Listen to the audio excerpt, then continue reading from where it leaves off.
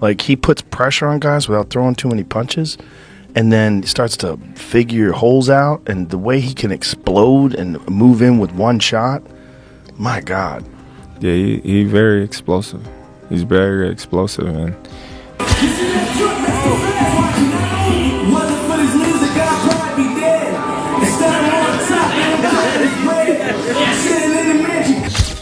Shakur sees that. He's anticipating something to come. He knows he's going to explode in. So what does Shakur do? Teo takes a big step in. Shakur takes a big step back. You know, again, always understanding because he has great eyes. You know, great eyes, understands boxing very well and movements. Joe Rogan is stunned by Shakur Stevenson's bulging frame ahead of his bout with Teofimo Lopez. He lauds Stevenson's rare defensive craft and sharp fighting skill, calling it remarkable. Rogan says the conditioning adds snap to Shakur's agility and power, cementing him as a standout athlete in ring. Best Philly shell since Floyd Mayweather. Yeah. His defense was incredible. Yeah.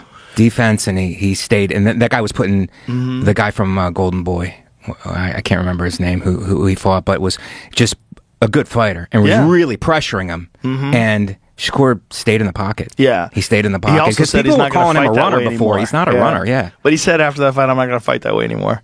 He said I took too many shots. Oh, really? Yeah, because he wanted to like put on a show and show everybody he's not just a runner. He could stand in the pocket. Right. Then he's like, why am I doing this?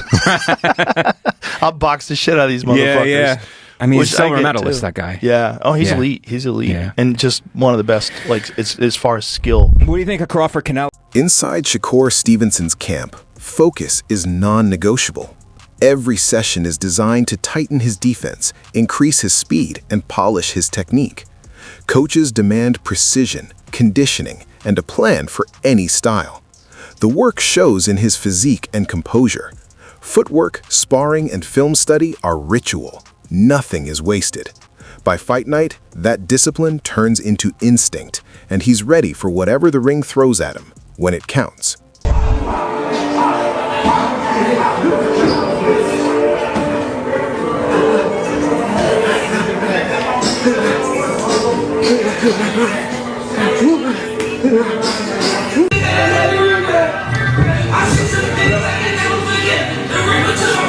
Tim Bradley breaks down the bout by highlighting the clash of styles between Teofimo Lopez and Shakur Stevenson.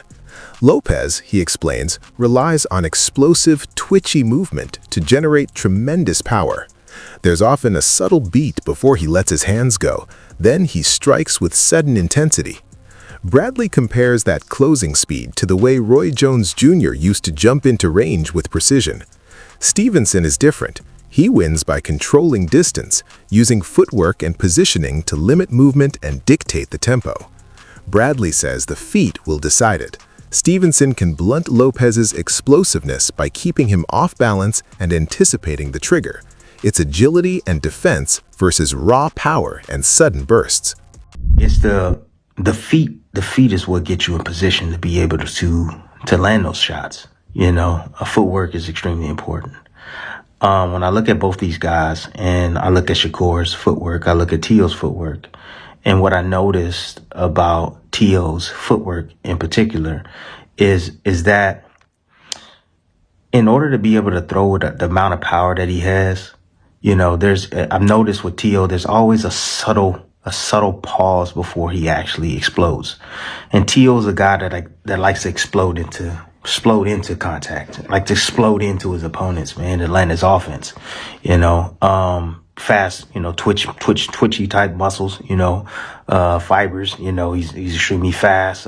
You know, some may say that, you know, his twitchiness kind of reminds him of like Roy Jones S type of, you know, movements, how quick he's able to close that distance on his opposition. However, he's in there with a guy that is a master at controlling distance.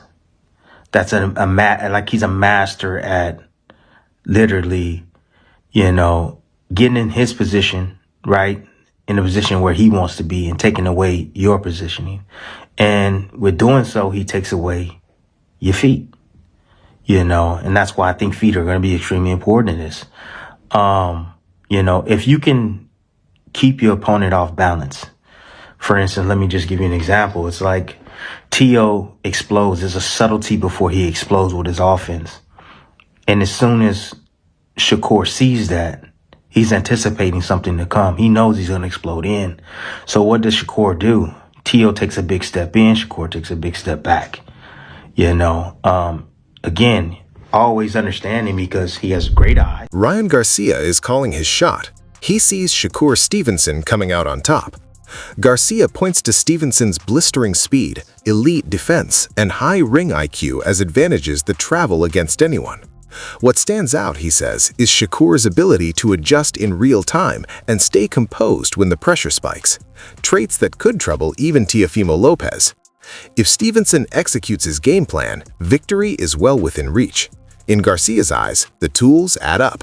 We need some real boxing guys in this thing. Yo, who you got, Shakur or Teo? I got Shakur Stevenson beat him. You got Shakur? You don't think Teo's gonna win? Nah, bro. Nah, Damn, bro, I'm not gonna lie. I got crazy. Teo too, bro. You guys got Teo? How much you guys want to bet, bro? I got Teo. How much you guys want to bet anytime? Bet, bro. I don't got money compared to you. Nah, I'll bet. Hey, I'll bet in your tax bracket, bro. 100. Let's do 100. I'll bet 100, bro. Let's bet 100. Yeah, let's do 100. Shakur Stevenson enters his upcoming fight with Teofimo Lopez under a brighter spotlight and heavier scrutiny. Some critics question his game plan and point to recent performances as proof he still has something to answer. They argue his resume isn't as deep as certain peers, especially compared with Gervonta Tank Davis, whose mix of size, speed, and punching power has impressed against elite competition. While Stevenson is widely praised, detractors say wins over opponents like Zepeda haven't been true top-tier tests and that those victories don't carry the same weight. Stevenson's identity in the ring is built on defense and distance control. But against a fast, powerful fighter like Lopez, there's concern that simply staying out of danger could also limit his impact.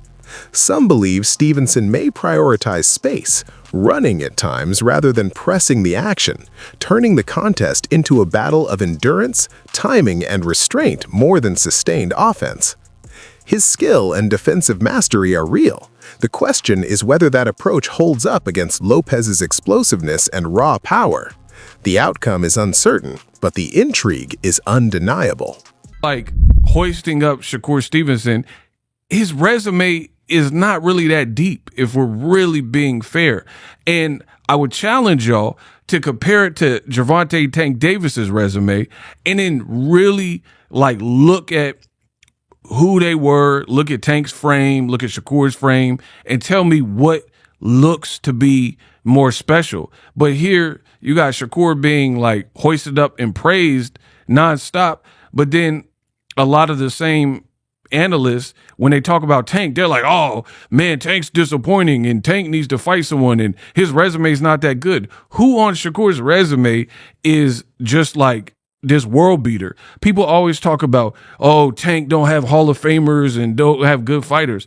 Ryan Garcia is a dangerous fight. He has one of the best left hooks in the game. He was undefeated. Undefeated fighters could be stubborn, and he's definitely bigger than Tank. Even Shakur, he would probably be bigger than Shakur, but it would at least be closer. So for me, it is more impressive seeing the smaller guy like Tank produce that type of punch and power and being there with the giants and guys like Frank Martin. To me, I would rather have seen Shakur, Frank Martin, like they were supposed to fight, but it fell apart over money, than the fight with Zepeda. Especially, like I said, Zepeda coming off 2 performances where he arguably lost both, if not one of them, and was exposed and dropped in the fight. Teofimo, I think that's a good name for Shakur Stevenson, but the fight hasn't happened yet. So we have to see what it is. But all this talk about Zepeda being, who was that good? Robinson Conceição really should have lost to O'Shaquie Foster. They rematched, and then he did lose. He's cool. And he lost to Valdez before Shakur fought him, and Shakur missed weight for the fight, right? That's it for today. Stay tuned. See you next time.